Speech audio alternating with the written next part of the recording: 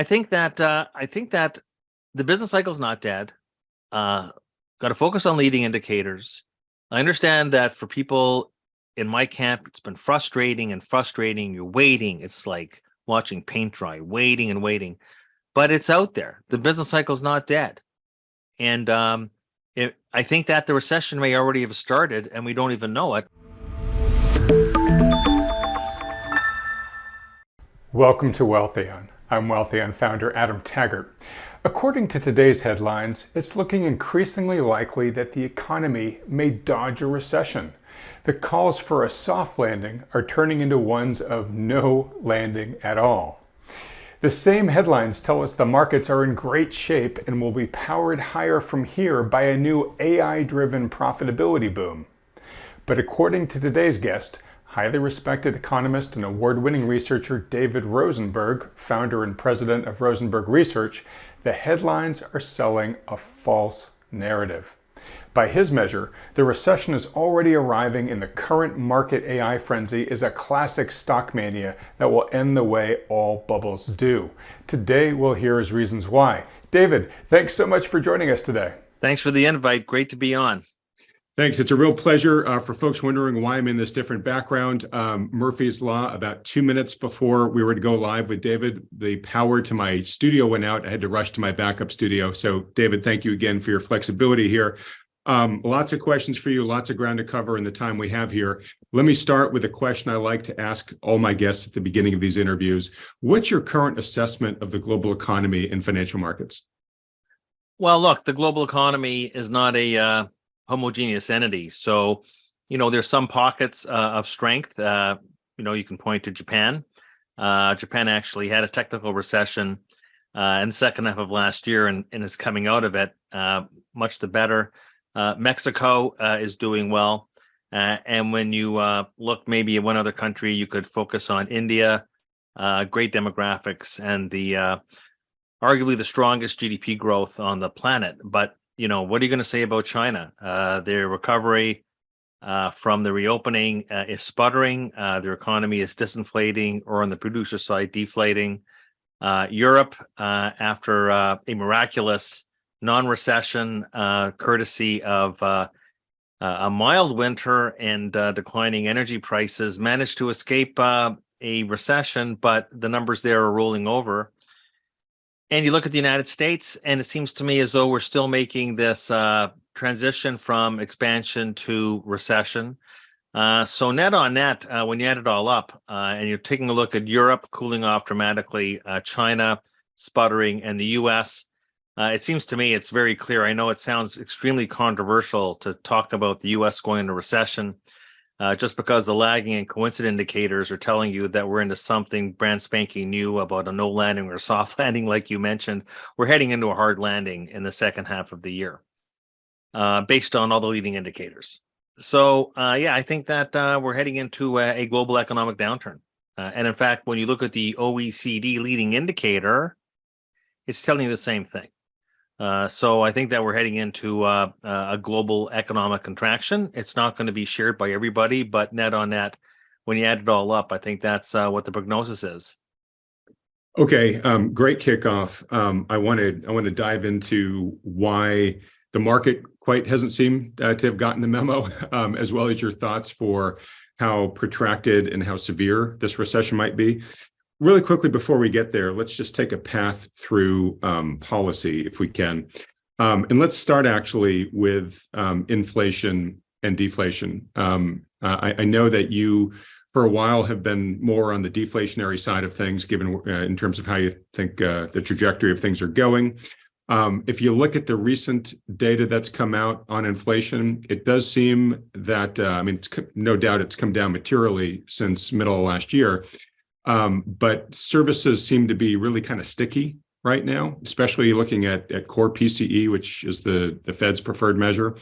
What's it going to take to tame that sticky services inflation? Well, look, beauty is in the eye of the beholder. So if you're taking a look at the asset sector, and you're looking at the fact that, and we could talk about the stock market separately. Last I saw, the stock market last made a new high back in early January of 2022. So to be talking about inflation and assets in terms of the stock market, well, I guess you're going to cherry pick your point. We haven't made a new peak in 16 months. Deflation, commercial real estate. You got deflation in residential real estate. It's nothing like it was back in 07, 08, 09. But home prices, the year-over-year percent change is actually heading negative for the first time in over a decade. So you'd have to tell me, how do you want to define inflation or deflation? We have deflationary cracks in the asset markets. You're going to come to me with this flawed statistic called the Consumer Price Index. And by the way, flawed isn't my term for it. It was Alan Greenspan's back in 1996 when Janet Yellen and everybody else in the Fed was trying to push them to go towards inflation targeting. What is exactly, Adam, the holy grail of the CPI when over 40% of the index is imputed guesswork by the BLS on, Right. as you said, services? What are we waiting for? We're waiting for all the distributive lags on residential rents, which accounts for 30% of the CPI and 40% of the core. We have to wait for that to fall out of the data. But we know in real time that residential rents for new tenants is going down. And we also know, based on multifamily building permits, starts. Now, this isn't true for single family. Multifamily, if you're going to say to me, what part of the US economy has been in boom mode, it's been multifamily construction. Right. And now those units under construction are going to morph into completions. We are going to be faced with a deluge of supply in the next 12 to 18 months relative to demand.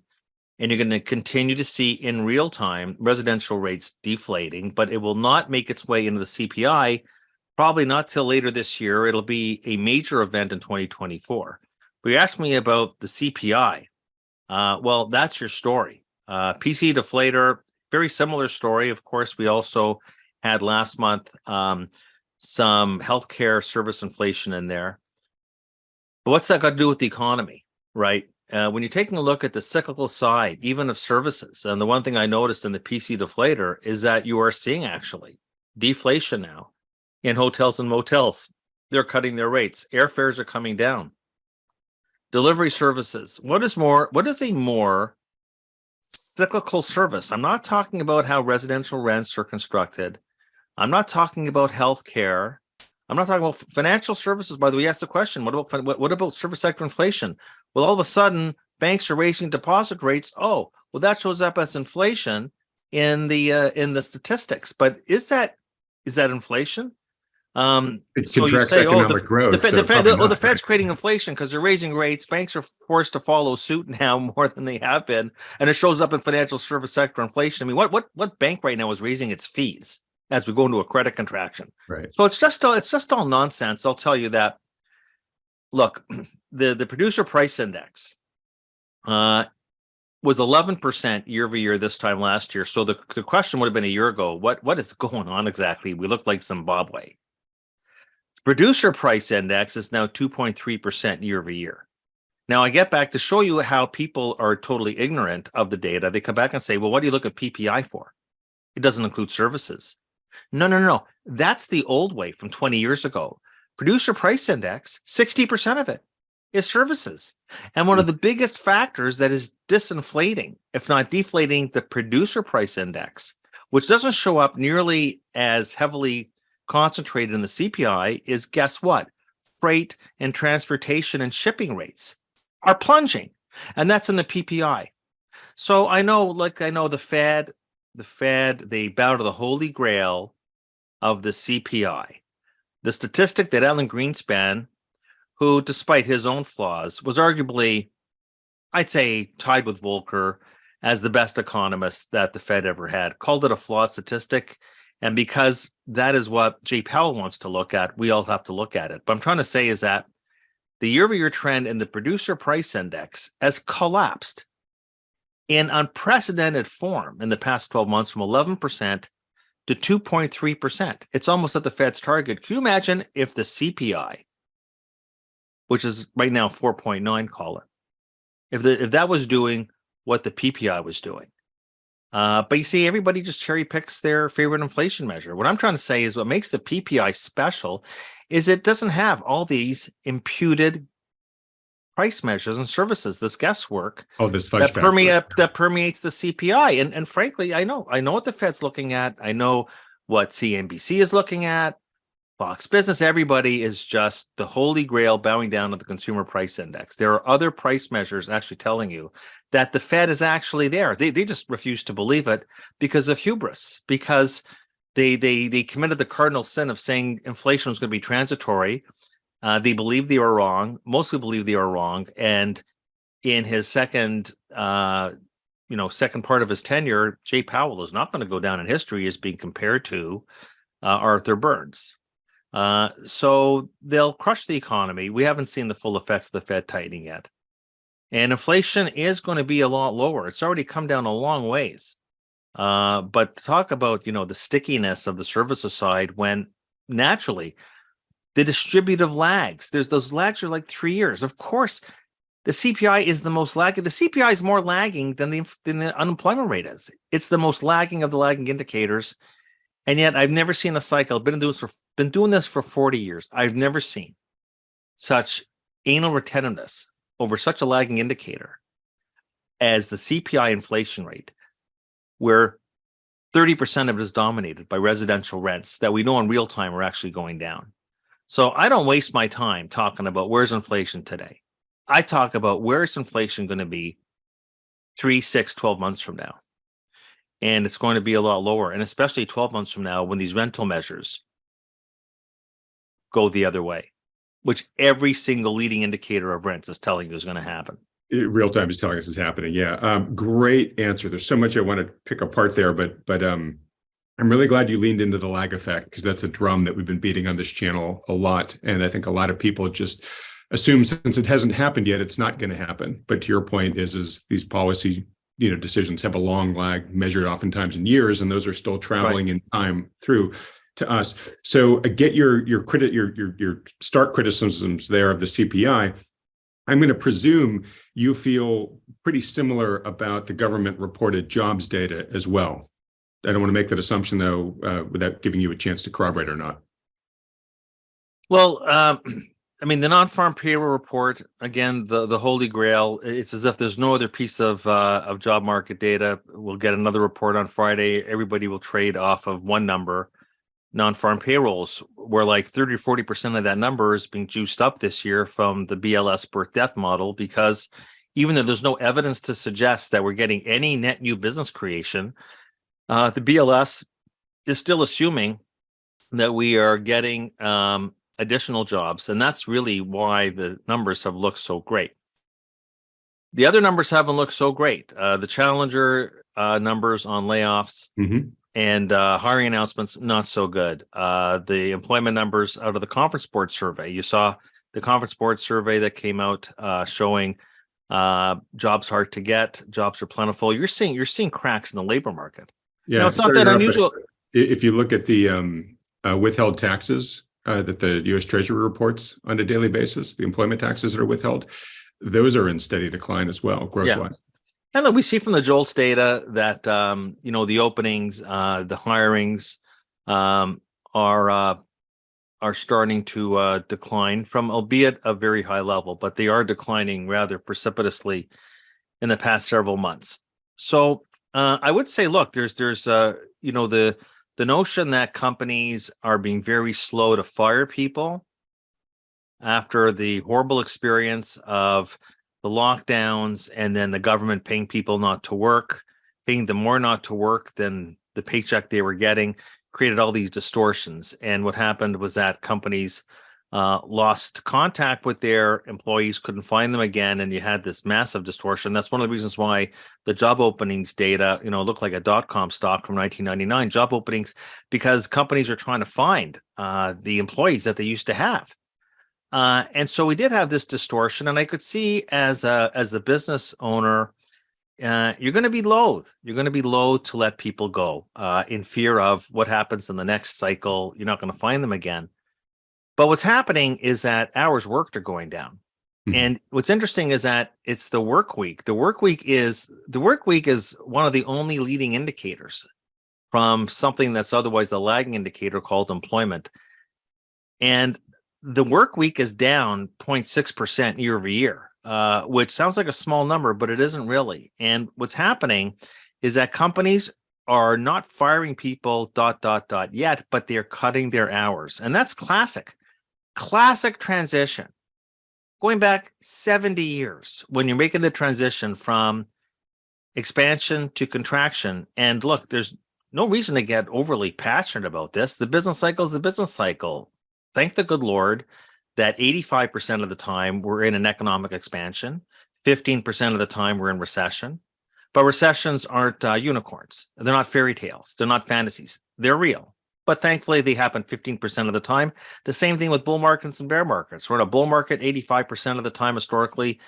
We're only in a bear market 15% of the time, but it behooves the economists and strategists and analysts to identify for their investors. So where exactly are we in the cycle? Well, focus on the leading indicators and focus on those relative to the coincident to lagging, because ratios are more important than levels, because ratios give you something about momentum. That's why people who follow the equity market, they look at Dow transports to utilities. They look at consumer discretionary to consumer staples.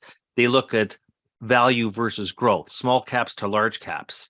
So you're always looking at ratios because they tell you something about relative momentum. So when you're taking a look at the labor market holistically, and you're taking a look at what's happening, not with bodies, but what leads bodies. What leads bodies are hours in both directions. When you come out of a recession, you see companies aren't sure, are we really out of the recession? So you see, they don't start hiring right away. What do? They start to lengthen the work week of their existing staff. And now, but that's working the other direction. So look, I know the recession is like waiting for Godot. It's like we're waiting and we're waiting. But recessions, they're sort of like they're this odorless gas. And the next thing you know, I mean, look what happened in the last cycle when I was at Mother Merrill. Come on. In the summer, in June of 2008, the Fed shifted to a tightening bias.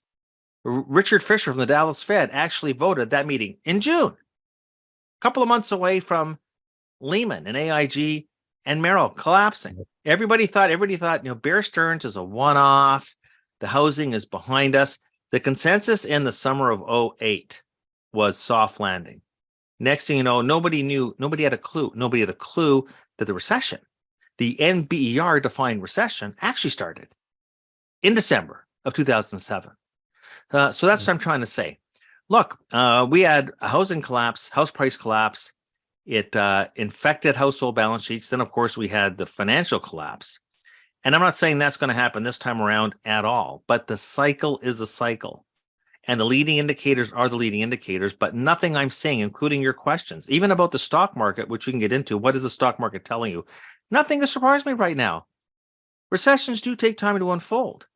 But the thing is that nobody believes it until you get several months of employment declining. Then they say, okay, now I see. Now, by the time the employment's declining, employment's always last man standing because the hours worked lead that. The key is to stay ahead of the herd. So waiting for employment to go down is one of the craziest and dangerous notions I've ever heard. By the time employment goes down, we're going to already be 3 to 6 months knee deep in the recession. And that's the last man standing. But the hours worked are telling you that that is going to be the next chapter of the story. Now, with all due respect, do I know for a fact, is it going to be a June story, a July story, August story? Take your pick, probably sometime in that time frame. And then when employment starts to go down, you see the first time employment goes down, people say it's a one-off. It's a one-off. Because you see, nobody wants to call. You see, I say to people, we're going to have a recession. And I've been through probably 4 cycles. And every time it's the same thing. I look them in the eye and I say, I think we're going to have a recession. And the response I get is as if it's as if I said your kid is ugly. It's like, no, just, it's part of the business cycle. You think that there's a get out of jail free card after the most pernicious Fed tightening cycle since 1981. You really think interest rates don't matter? It's as you said, Adam, it's that there's lags, and the lags could be 1 or 2 years, right? I mean, the Fed stopped tightening in the summer of 2006. By the spring of 2007, okay, so we lost New Century Financial. We got these problems with the ABX indices in the mortgage market. Don't worry. No. Yeah, the recession started at the end of '07. It's like the Fed stopped tightening in when? Fed stopped tightening in the winter, spring of 2000. Yeah, the Nasdaq's rolling over, but big deal. Big deal. The S&P hit its high in September of 2000. Don't worry about it. Don't worry about it. And then we go into early '01. Don't worry about it. And then all of a sudden, when does a recession start? In March of '01. And I'll tell you, the consensus didn't get it, but Alan Greenspan, I'll tip my hat, started cutting rates 50 basis points on the first trading day of the year in 2001. This is where maybe a little too much information, but it's very valuable, okay? Go for it. That nobody, when the consensus started calling for the recession in '01? Do you know when the consensus? After March? After 9/11. It already started in March of '01. And of course, it ended 2 months after 9/11 because we had all those gobs of fiscal stimulus coming in after the terrorist attacks.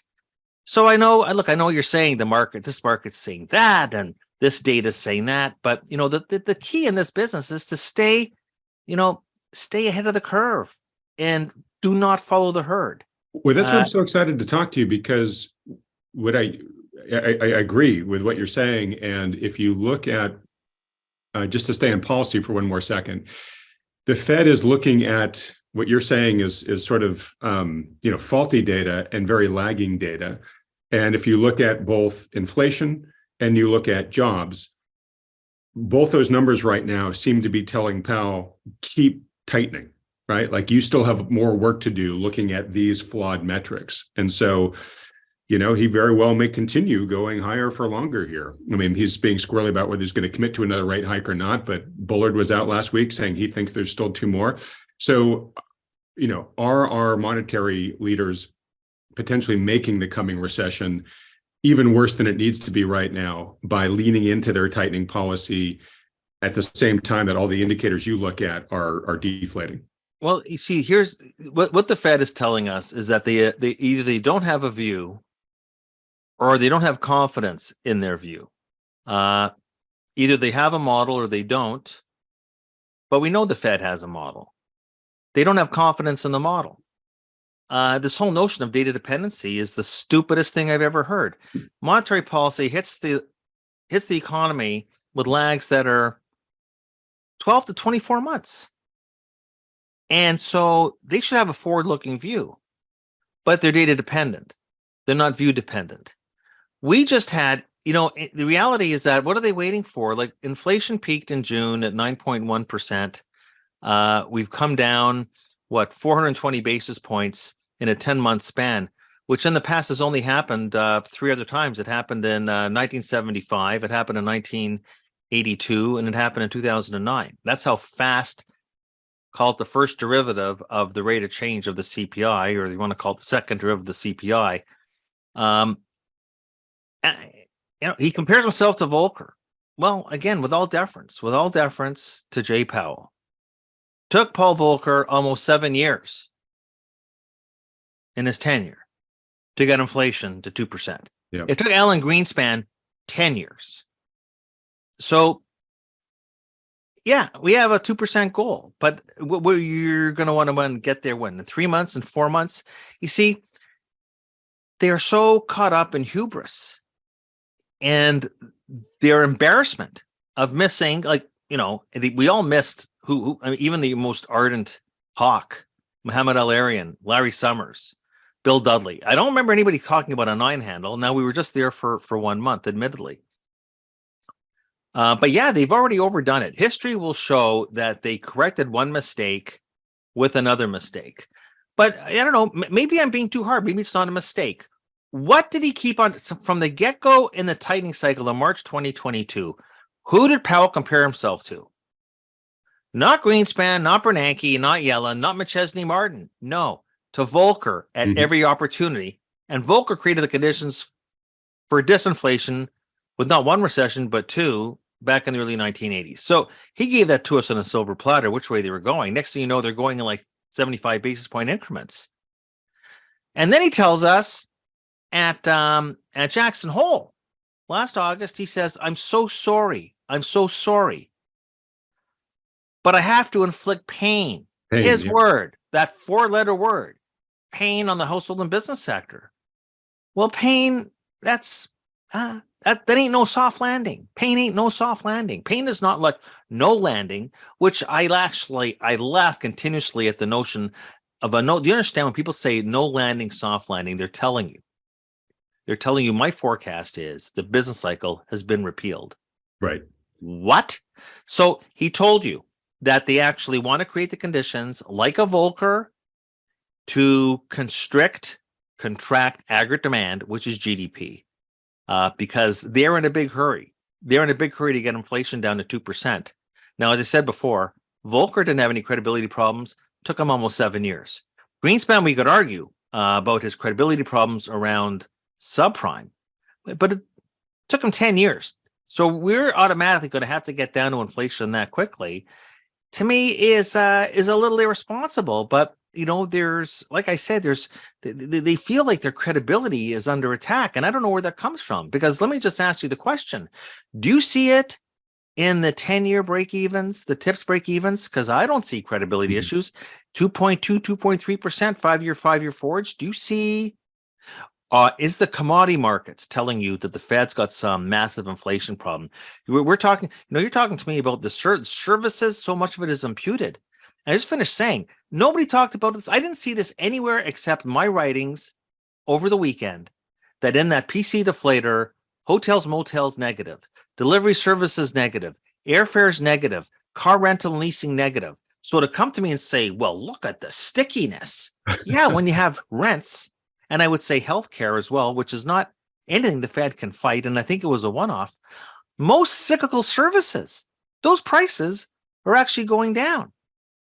And so I just get a sense here that the Fed's not fighting its credibility. The US dollar is breaking out right now to the upside. If I was concerned as central banker, our credibility is under attack, the US dollar would be in free fall. It's not.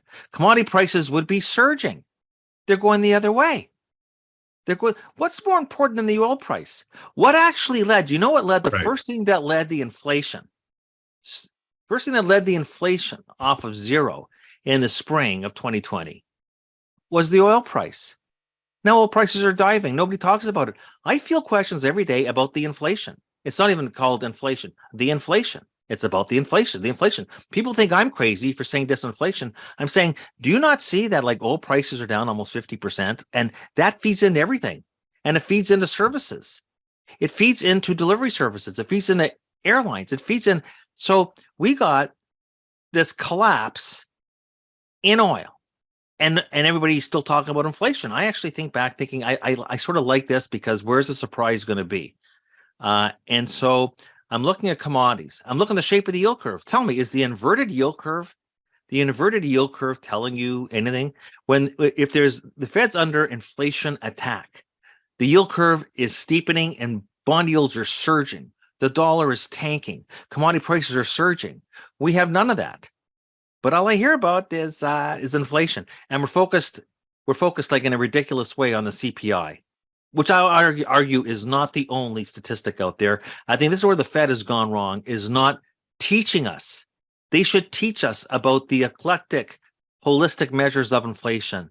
Okay, not everything is following the CPI. The same thing with the labor market. He chooses, seriously, job openings to unemployment. But you see, unemployment, the U3 unemployment, is a very narrow measure of labor market slack. There is actually a statistic that the BLS produces that's called the total pool of available labor, which is like 50% bigger than the U. But we're going to look at the U3 definition of unemployment, and we're going to look at, by the way, the JOLTS data. And that's the thing, is that nobody knew what the JOLTS data were before Powell elevated the JOLTS data to number one status.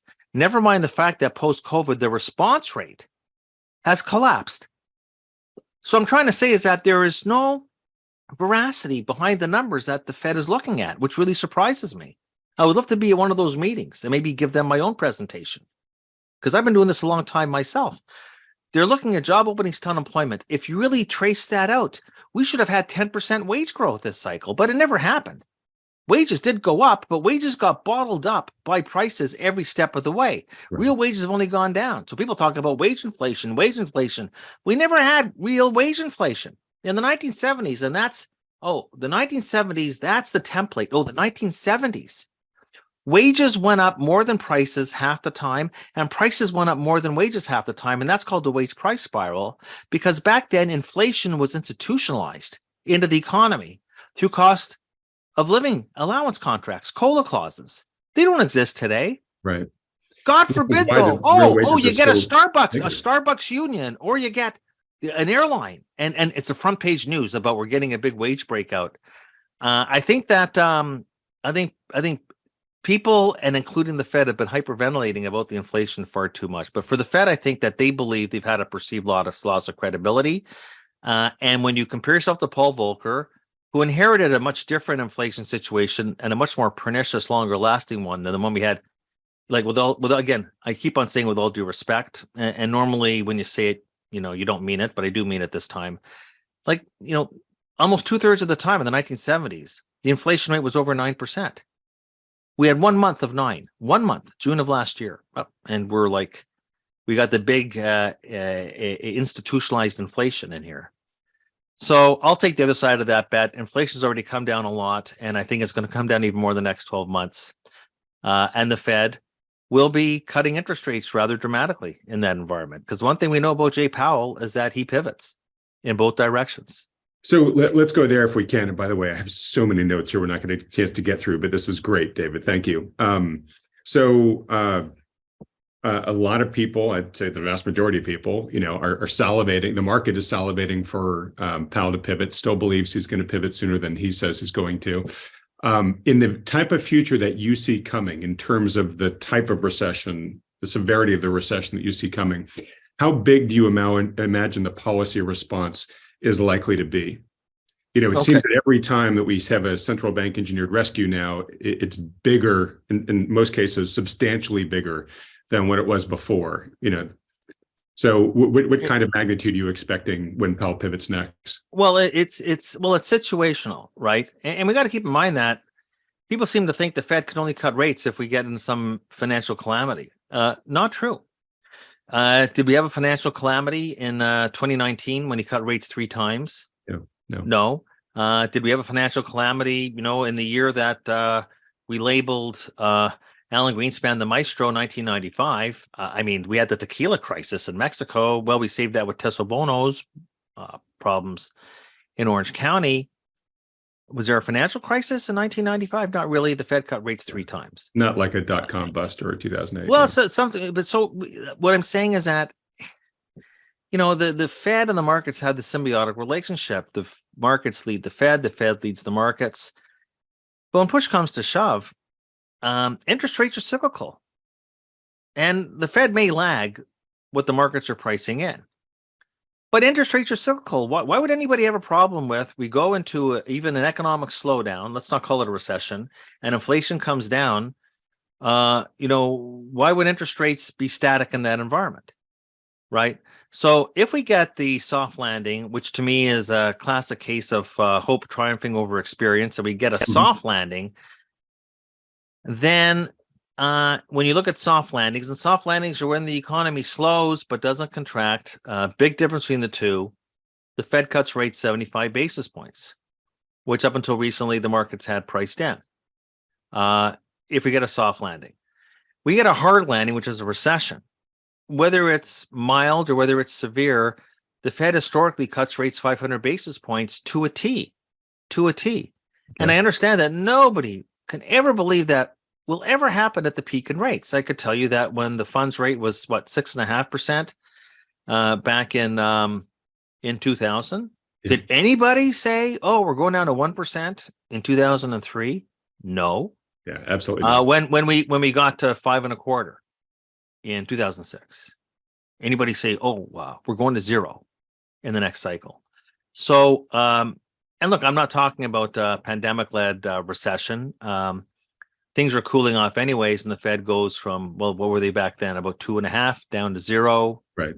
The last 3 cycles, we got down to about 1% or 0 in a recession. So is someone going to tell me, oh, but this recession, because of yesterday's story called inflation, they're not going to go back down to 0? I think they probably will be forced to. I think we're going to have a recession. I don't know about the severity. But I don't really care. because we had the mildest recession of all time in 2001. Real GDP went down the grand total of negative 0.2%. Did that stop the market from going down like, 60%? Right. No. I think that the business cycle is not dead. Got to focus on leading indicators. I understand that for people in my camp, it's been frustrating.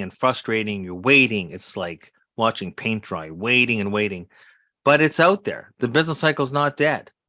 And I think that the recession may already have started and we don't even know it. And I say that because of something called GD plus. GD plus is not just real GDP, but it's real GDP and real gross domestic income. And we've actually had back-to-back quarters of negative prints in Q1 and Q4 of last year, negative 1.4 in Q1, negative 1.2. So people, they'll look at the latest consumer spending number. Okay, that's good after a prolonged period of weakness. Capital spending is in a recession. You have lots of things that are extremely weak, but the income side of the economy, very interesting. Everybody was going gaga over the real consumption number. What was it? 0.5 that we got for April. But nobody says, but what did real disposable income do? Oh, it was flat. So the story was that the savings rate was drawn down from 4.5 to 4.1%. So I call that a very low quality consumer spending report. But hey, people knock themselves out because they just spend their time looking at the headlines without really digging through the data, which is, what I do for a living. It's not called data mining, it's called analysis. But what I'm trying to say is that the recession could already be starting. And I know you're going to tell me, but nobody sees it. The markets don't see it. I'm trying to say they were saying the same thing in 1990. They were saying the same thing in 2000, saying the same thing because we're also borderline narcissistic and impatient.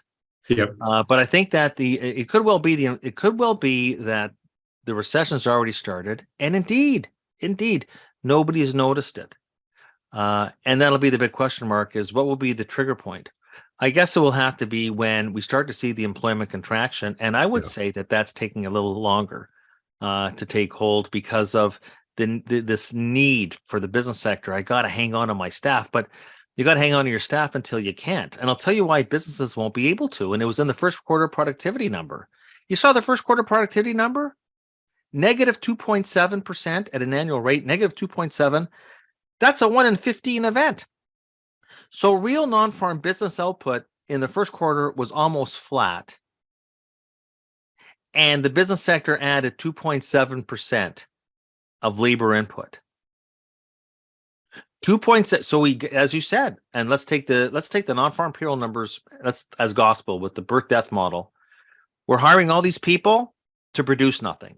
Yeah. Is that a business model for a capitalist economy? But you see, companies are hanging on as long as they can, but they won't be able to because the productivity decline is crushing their margins. They won't be able to, and they're already starting to cut the hours. Hours lead the body. So I think that once we start getting employment declines, people go, well, what do you know? Great. The business cycle isn't dead after all. Can I ask you then real quick? So it seems that the S&P analysts are now bringing their earnings expectations up. What's going on with that? They've been excessively rosy given the macro data. They were loath to bring them down. They did start bringing them down, but it looks like they've kept them relatively robust for next year. But most recent data I've seen is they've been bringing their EPS, their earnings estimates up for next year. Are they bringing their estimates up, their growth estimates up, or the levels up? I believe they're bringing the actual number of earnings that they're projecting up. They're revising up. I have no idea.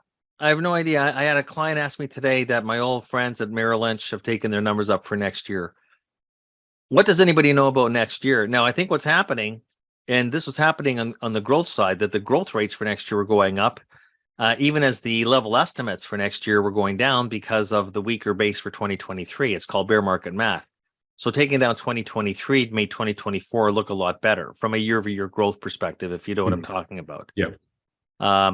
If anybody's raising their numbers for next year, then I would say ipso facto, they have a soft landing in their forecast. And everybody is falling into that sense of complacency that I'm just getting questions all the time. Rosenberg, where's the recession? Rosenberg, show me the recession. Doesn't matter that I have this metric, real GDI, real GDP. The people's eye, this rule. Where's the recession? We're not seeing it in the consumer. We're not seeing it in employment. Now, it's hard to say that you're not seeing it in the consumer because you're seeing it certainly out of the retail reports that we got. Right. Like when you start getting high-end people going to Walmart, you know something funky is going on. You see all these retailers are showing how there's people are trading down. That when you're taking a look at what people are shopping is way down relative to the traffic. The traffic hasn't come down nearly as much. Items, dollar value of items bought per unit of purchase coming down. So I'm starting to see it. Financing to the credit card and back to record credit card debt and all that, the decline in the savings rate. There's a lot of the credit card, and that's interesting too, right? Because what happened to the excess? What happened to the excess savings? And if everything's so hunky dory, why are people are actually using their credit card to buy food? I mean, so you start to wonder that the complexion of the consumer. And look, there was a great article in the Wall Street Journal, and I think it was on Monday, talking about how Walmart and others, big ticket retailers, are going to their suppliers and push them to cut their costs substantially. So that's what lies ahead of us. But you're seeing I am seeing a definitive shift towards consumer frugality. But I guess people are going to have to wait and see. I got to see multi-month declines in consumer spending. Then I will gravitate towards this recession view. I've got to see several months in a row of employment declining, and then I will basically change my view. By that time, the recession is going to be 6 months old. Yeah. Right. And that's what I'm talking about. The leading, actually, and I think that before ChatGPT, this will put every economist out of business. But it's been around since 1959. So maybe it should have done that already, which is the Conference Board's leading economic indicator, which is down 13 consecutive months. And that's only happened in the context of predicting a recession. Right. It's only been in recessions. Exactly. And actually the average and median lag is around 15 months from the peak of the LEI. When did it peak? Peaked in December 2021. Yeah. It's telling you the recession, you see, like I said before, this recession, it's this odorless gas. You see what I'm saying? It sneaks up on you. And I think this recession is already starting. Now you'll say, I just want to address what you said about the markets, because once again, we bow to the holy grail of non-farm payrolls. Oh, the consumer price index, these flawless statistics. The S&P 500? Seriously. What about the S&P 600?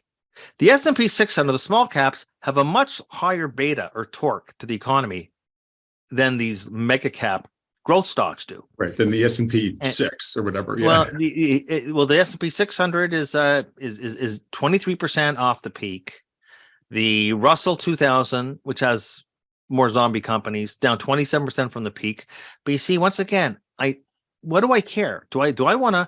So large cap growth technology, they're in their own universe, and of course, their valuations are being amortized, discounted over a much longer time frame. You can't look. What are you going to look? People are saying, oh, that the AI craze is going to save the economy. Like, what are you talking about? Like, we had the internet craze in the late 1990s. Did that stop the business cycle? Did we not have a recession? 2000, 2001, and the internet was real, but it was a financial bubble. So people saying, oh, the AI is going to save, the generative AI is going to save the economy. I'm thinking, well, it's going to be a game changer, a long-term game changer. But no. This stuff does not alter the contours of the business cycle. They're not, by the way, bigger than interest rates. As Albert Einstein famously said, the power of compound interest is the eighth wonder of the world. So the major point here is that when I look at the stock market, I want to say, what's the stock market telling me about the economy? I don't go to the S&P 500. I look at the banks, I look at consumer discretionary, and I look at transports, because they have the highest sensitivity. They give you the most information about GDP, and they're down 33% from the peak. So when people say, well, as you said, what's the S&P 500 telling you? Well, I'm telling you what it's telling you. Do I care? Is when you're looking at healthcare, in the S&P, that's telling about the economy, or large cap tech? No. Banks, transports, consumer discretionary. That's all you need to know. All right. And those are And they're still telling you the same story, by the way, that the inverted yield curve's been telling you since last June. okay. So those are important indicators on your dashboard that are still blinking, warning recession signs. All right. So I want to be sensitive because I know you have a hard deadline coming up here.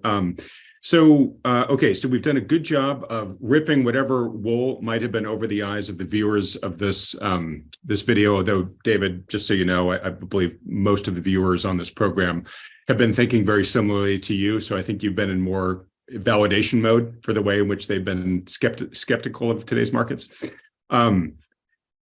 What is looking appropriate to you to consider in terms of asset classes, given where you think markets are going to head from here as this recession arrives in force? Well, look, I obviously like what works well in a recession, and long-term treasuries work well in recession. So I like the treasury market. I like the long end of the treasury market because I think that's where you'll get your greatest total return. I think that as the Fed will be cutting rates. But you see the Bank of England and the ECB have lagged behind. They'll have more to do. So relative interest rate differentials are going to work against the US dollar. So I want to have a hedge against the US dollar. So I'm very glad to have gold. So I would be recommending what I refer to as, because I love alliterations, is the bond bullion barbell. Okay. I think that if you're going to be fully invested in the stock market, then be prepared to have a lot of bumps in the road because the recession is no longer priced in. We were getting a lot closer at 3,600 on the S&P last fall, but all of a sudden, as you said before, the analysts are buying into the soft landing view. Soft landing has taken over, and soft landing has got repriced in. I think that I've got problems with what's being priced into the stock market writ large, but there's long-term thematics out there, and there's farmland. I mean, I think we come out of the COVID with and not just that, but with the Ukraine war, understanding about the importance of global security of supply when it comes to food. So that's a theme. I'm still long-term bullish on energy. And in terms of cybersecurity, there's all sorts of different non-economic correlated thematics. A lot of them you can get in the public security markets and ETFs. Some there's in more in the private markets. But I would say that you want to be focused really on things in a recession, things that you need, not things that you want. So in the consumer space, I like consumer staples over consumer discretionary. I think that healthcare is a place that I like. If you're talking about sectors, again, it has a very low correlation with the economy. I want to be out of the cyclicals. In terms of regions, I think that the Japanese story, which is starting to gain some notoriety, has a lot further to go. I think that we've written a couple of reports on this already. Another special report is coming. If there's a secular bull market brewing in the world, it is in Japan. I call it hot topics. Okay, and what is driving that? The lagged impacts of Abenomics, and so you're seeing corporate governance take over. Corporations are being compelled by the regulators. This is something the U.S. did 40 years ago to return cash to shareholders, to break the intertwining of companies. So you're seeing breakups of monopolies, oligopolies. You're seeing companies now, CEOs are discovering shareholder value. They are moving cash off the balance sheet and returning it to shareholders. And who is the first one to notice that happening is the king of value investing, Warren Buffett, right? Yeah. And of course, his investment is more in the financials, and that's a natural thing to do because financials will, in any market, is going to be a beta off your overall stock market. So that's what's happening. Is there's an equity culture that's starting to finally come to the fore in Japan. People don't remember, but I started the business back in the 80s. Japan was in a huge bull market, and It of was course huge. peaked in 1989. We just got back to the 1989 levels. People tend to forget that how great a market Japan was until they went through that multi-decade period of very poor policy making and of relentless deflation, and that's something else. They've broken out of the deflation. They're in a sweet spot. Look, you're talking to somebody. I'm known as this radical perma bear. No. I'm an ideas guy, and I want my clients to stay out of trouble. Japan has 3% plus inflation. I mean, people are saying, "Oh, but that's crazy high for Japan." No, don't you see? The Bank of Japan is doing like a dance. They are out of their multi-decade deflation, and inflation is not crazy like it is in other parts of the world. Like they're not deflating like China is. They're not inflating, say, like the U.S. and Europe is. And so you've got, and the 3% inflation is perfect. It's greasing the wheels for nominal GDP growth in profits, growth in wages. This is a great story. Plus, on top of that, you've got a Bank of Japan. Like we just talked about Powell and the Fed, and of course the Bank of England, all the other central banks, except for the PBOC and the Bank of Japan, did not follow the Fed. So when you're taking a look at relative valuation, look at the valuation in the Japanese market. You always have, I said before, ratios matter. You can't just look at a price earnings multiple and say, I like this market, don't like this market.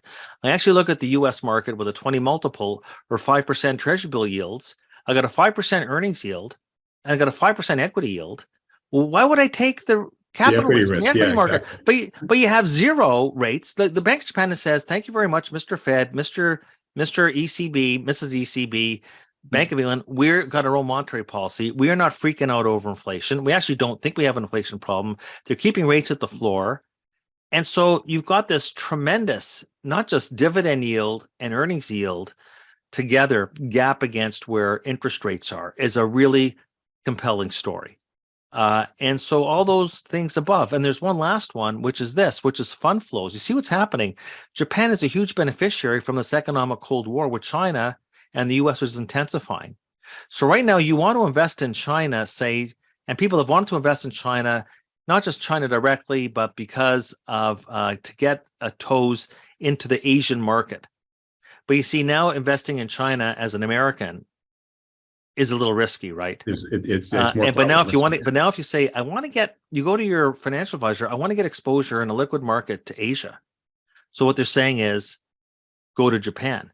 And that's what's interesting is that you're seeing the foreign fund flows, international fund flows into the Japanese market have been accelerating. But the locals have yet to catch on. The domestic investor in Japan is yet to catch on. So you're going to get this additional fund flow, just rational. I mean, don't forget, a lot of this is psychology. But beyond the psychology and the momentum and the fact that the retail sector in Japan, unlike the retail sector in the United States, the retail sector in Japan is grotesquely underweight Japanese equities. But I think that the tailwinds, if you're going to say to me, just tell me the one story, the one Japanese story, it is the corporate governance. It is basically Japan basically going through these reforms and this deregulation that the US did back in the early 1980s. And I'm pretty sure in the early 1980s, when people were telling you, okay, the early 1980s, if you were a broker and you cold called a prospect, they'd call the cops on you. Okay. and that was the best time. The P multiple was 8. Nobody wanted to touch the equity market in the early 1980s. Best time to buy. And so I have the very similar sense that that's what's happening in Japan right now. So that, to me, we're asking before about what sectors, and there's long-term thematics you can invest around. You got to be patient. I'm not saying I don't like all areas of the stock market. As an asset class, I'll tell you right now, less than 20% of my asset mix, both the Rosenberg Research in our portfolio and personally, I'm below 20% equity allocation. And that's the lowest it's been since 2007. So I'm putting my money where my mouth is. But I would say that whatever equity exposure you have, I would be taking profits in the United States, insofar as you've got them from what's happening in the tech sector, and I would be putting them, where Warren Buffett's putting them. In Japan, in those safer assets, but also if I'm going to have long only equity exposure, Japan, of course, I would want to be very careful about having the currency exposure, because the longer the Bank of Japan keeps rates where they are, the currency could weaken. But even if the yen, I mean, how much for its dollar yen's 140? It's not going to 180. It's not going to 160. That's actually, I think, the best risk reward profile for any market in the world right now is Japan. That is actually, I would say, as strong a conviction call I have as my bond bullion barbell. Wow. Wow. All right. Well, that's really saying something. David, thank you. This has been fascinating, very valuable. I would love to continue diving with you just in Japan alone, but we're past the time that we agreed to make available for you here, because I know you have to get onto another meeting. I just want to say a huge thank you, let you know the door is open to come back here and talk about Japan or AI, which we didn't get into all that much, or any of the other issues that we talked about. Thank you so much. This has been wonderful. Last question. For people that have really enjoyed this discussion, would like to learn more about you and your work, follow you and your work, where should they go? They can just type in Rosenberg Research and on the internet, and it'll take you right to our website. Or you can just go to our information box and go to information@rosenbergresearch.com, and it'll take you right there. And we provide, and to everybody on the call, 1 month free trial for everything we do. Very generous. Thanks. And so when I edit this, I'll put those URLs right up on the screen so folks know where to go. David, you're also on Twitter too, right? That's right. Twitter. And we also have I have my own YouTube channel as well, so you can watch me on video. Okay, great. We'll put the URLs to those up as well. Okay, folks, well, in closing, David has done just a phenomenal job in this interview, delivering great seasoned advice and counsel that only somebody who's like him been through so many different market cycles before and can see all these patterns that are highly likely to hold through to today. But he also made the case that we make all the time, is that this is a really tough time for investors to navigate, especially right now with all the calming words of "don't worry about a recession" and "oh, we're in a new bull market with AI." So we highly recommend, as we do every week on this program, that you get help navigating all of this from a professional financial advisor who understands all the macro issues that David talked about in this interview and takes them into account in putting together their personalized portfolio plan for you. And not only building a plan for you, but actually executing it for you while you're busy living your life, focusing on your family, your jobs, et cetera. If you've got a good one who's doing that for you, excellent. Obviously, stick with them. But if you don't, or if you'd like a second opinion from one who does, feel free to schedule a free consultation with one of the financial advisors that Wealthion endorses. These are the firms that you see on this channel every week with me. To go do that, just go to wealthion.com, fill out the short form there. It doesn't cost you anything. There's no commitment to work with these guys. It's just a public service they offer to help as many people as possible position prudently before many of the potential shoes to drop that David has mentioned here happen in the future. With that, David, I just want to thank you so much again. Folks, if you'd like to see David come back on this program, please do us a favor, support this channel by hitting the like button, then clicking on the red subscribe button below, as well as that little bell icon right next to it. David, again, I can't thank you enough. This has just been such a phenomenally valuable and generous sharing of your expertise with us. Thank you, and look forward to having you back on the program again as soon as you're willing to return. Great. Glad to help. Take care, Adam.